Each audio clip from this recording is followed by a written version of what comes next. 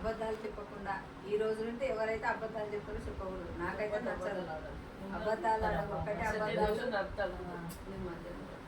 అబద్ధాలు దొంగతనం ఉండకూడదు.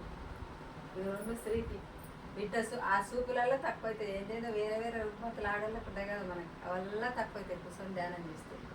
అన్నీ పోతాయి. ధ్యానమే సర్వభోగకారిణి అని ఎందుకన్నాడు గురువుగారు. సర్వభోగాలు వస్తాయి. నేనైతే సర్వభోగాలు ఫస్ట్ ఉంటున్నాయి నాకు, కానీ నాకు విశ్వం అనేది కరెక్టే చేస్తాడు. వీళ్ళు చేయకుండా ఆయన నాకు కరెక్ట్ చేస్తాడు.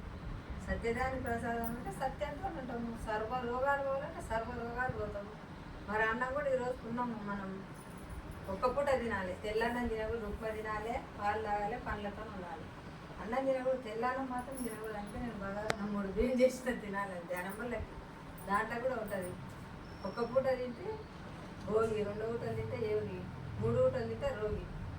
మితంగా తినాలి. తింటే సారా కింద తినాలి. ఎక్కువ తిని కూడా రోగాన్ని తెచ్చుకుంటున్నాం మనం అడగకుండా. ఇప్పుడు ధ్యానాలు పోయారంటే ఫ్రీగా దొరుకుతున్నాం. అక్కడ వేరే బయట పోతుంది.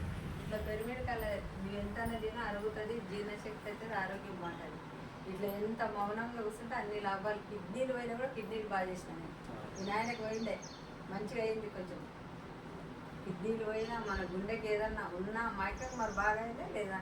నీకు షుగర్ కాళ్ళు కింద కూర్చోకుండా ఏమో బాగా అయిందా లేదా?